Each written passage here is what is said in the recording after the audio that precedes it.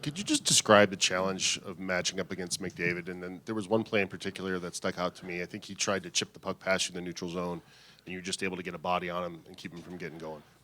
Yeah, I think it's the same thing. If they dump the puck, we want our forwards to set little picks for us to give us time and space. So if I have a chance to get in his way and give Cale or whoever a little bit more time to make a play back there, we'll do it. It's going to take a full group effort. Everybody's got to chip in on that. Left side, Mark. Devon, what is it that allows Cale Makar to control the game the way he does? And are there challenges to playing with a guy who does things that most defensemen might not even consider? Is that a skill in its own to play alongside him? No, I think it's easy. It's easy as can be for me. I don't know if it's just the way we can read off each other and understanding how he likes to play the game and what his reads are. But he's a dynamic player, and the way he makes plays and creates time and space for myself and himself as well is just incredible. Back right, Josh. Continuing on Cale, Andrew, you've obviously played against Cale. You guys got the better of them in the playoffs one year, but what's it like playing with him, and how terrifying was it as an opponent when he starts to wind up and gets his feet moving?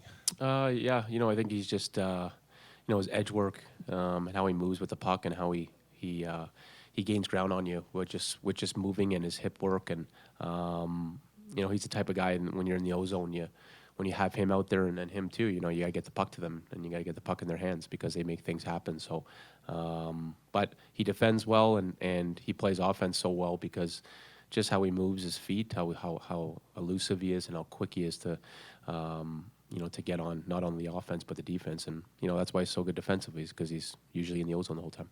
Up front, Jim. Andrew, you've had lots of playoff games. I looked it up. You had one game-winning goal in your first 100 games. You've had 2 in the last 8. So what's the recipe there? Well, I don't know. I think you score the 7th goal when it's 7-3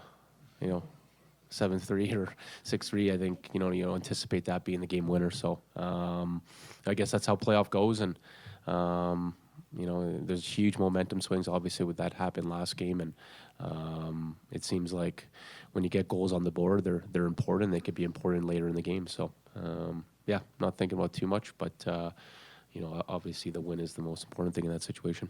Up front, Peter. Andrew, it seems like a couple times in the Blues series and then last game, you guys have had multi-goal leads and maybe the other team gets back into the game. What maybe adjustments do you think you guys need to make when you have larger leads to maybe not let teams get back into the game?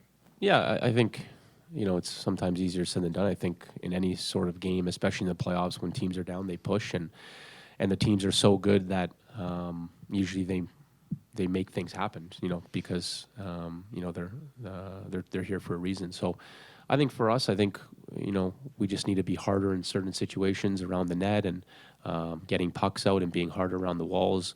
There's just plays that need to be made, just harder, and that's usually what it takes in those situations so things don't get out of control and they get momentum. But, I thought last game in the third, we did a pretty good job of getting in their end and creating zone time and creating opportunities.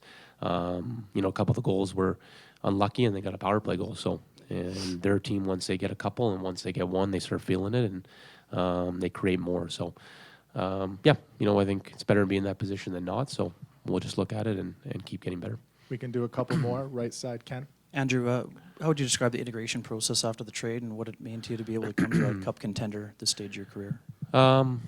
It's obviously, very special for me to be traded to a team like this, the caliber that we have, and come and add something and be a piece of the puzzle, really.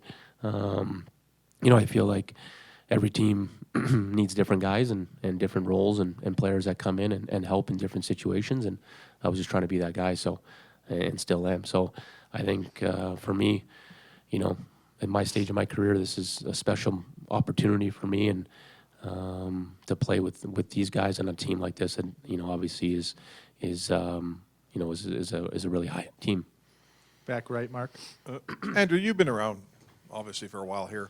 You played back when fast players, were sort of this fast. Now today's fastest players are McKinnon and McDavid. That we've never seen speed like that. The game is played at a faster speed, and at the same time, I think the officiating is a little closer to regular season officiating. We're not hooking and holding and riding the way we did when you broke in the playoffs. Maybe just let us in on, how playoff hockey's changed in your eyes for a guy that's been playing it for a long time. Yeah, I think the pace is just at another level. It seems like my first couple years in the league is, even when I was my first couple playoffs, a lot more grinding, a lot more chipping, chase, and putting pucks in and wanting to cycle teams and physical. We play LA and those teams, and they would just be. Sometimes it wasn't really hockey at some point. It was more of a physical, battle, and it's still at that stage now. But I feel like the pace is just at another level. I think it's a game where you're up and down the ice. When teams get zone time, they usually don't give it up because guys are so talented and skilled, and they play one-on-one so well. And the players are just faster, simple as that. McKinnon, McDavid, there's guys throughout the league that just play at another level. And I feel like when you play with those guys and on teams like that, with those players, it forces other guys to play faster as well because you have to keep up. So players like that only make the league better and make playoff hockey better.